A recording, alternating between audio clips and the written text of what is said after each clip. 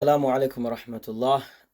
I just want to give a small kind of speech, if you like, on the importance of the tongue. Subhanallah. The tongue will either be for us or against us before I get started. And how do we use our tongue? You find that, subhanallah, many people, there's no filter. Whatever comes to their mind, or even whatever's at the tip of the tongue, is out, it's spurred out. However, this is not the way of the Muslims, subhanallah, that people have no filter, they just say it as it is, and so on and so forth. No. Before you talk, before you say anything to anyone, before you post anything, any status, etc., run your tongue through these steps first, inshallah. Let me explain. Mind. Think about it. Intellectually, should you be saying what you are about to say? Does it make sense? Are you going to look foolish? Is it going to have some regrets for you afterwards? Number one.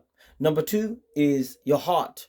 Think about the emotions of the person you're about to say that to.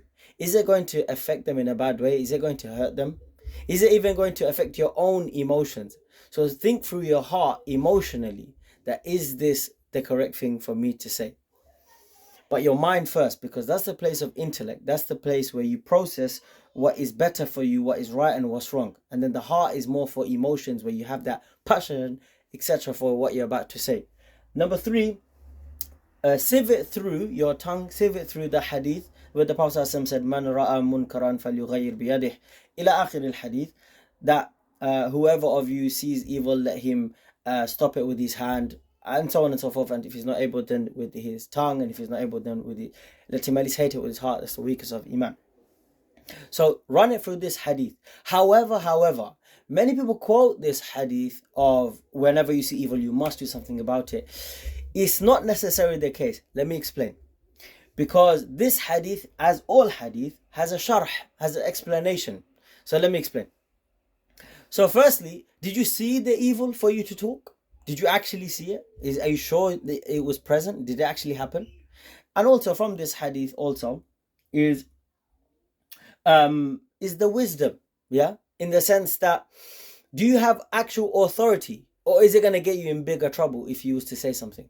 And also from the explanation of this hadith is that from you trying to prevent this evil, will more harm come, more evil come about, because you are trying to be Mr. Hero.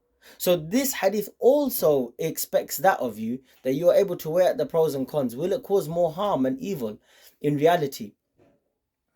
And so on and so forth. So if you are going to speak with your tongue using this hadith, you need to sieve it through the explanation of the hadith, like I mentioned.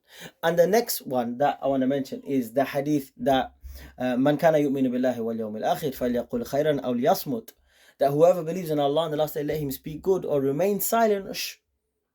What does it mean, speak good? So this hadith is now telling us to use the tongue, yeah?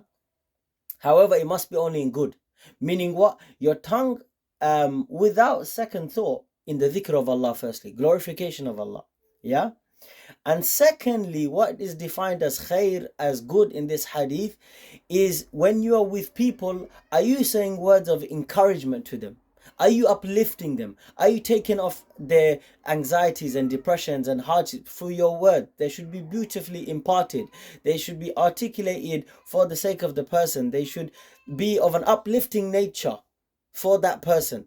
Educational, uplifting, beneficial. This is what it means by khair, of good words. So if you're about to speak, sieve it through all of this first. And of course, wisdom. Be wise with what you say. You don't want to regret in the future. And then akhirah, as though the day of judgment has already happened, as though the grave has happened, as though the day of judgment, in the sense of your good and bad deeds passing through the bridge, where Allah will show you your whole life of what you have said. Before you speak, as though all of the akhirah has already happened. Oh, will I regret that when the day of judgment? Subhanallah, as though the day of judgment already happened. You should speak. Before you speak, you should consider that. And lastly, the rida of Allah, the pleasure of Allah. As is what I'm about to say going to attain the pleasure of Allah or not? So whatever you're about to say, before you say it, run it through these 5 or 6 or 7 points that I've mentioned, inshallah, before you say it. And if it does meet those categories, Bismillah, go for it. With the name of Allah, go for it. And to whom would you be using this tongue with? Your family, yeah, your friends, and the public in general. Those, and there could be more categories of people that you would use this tongue with.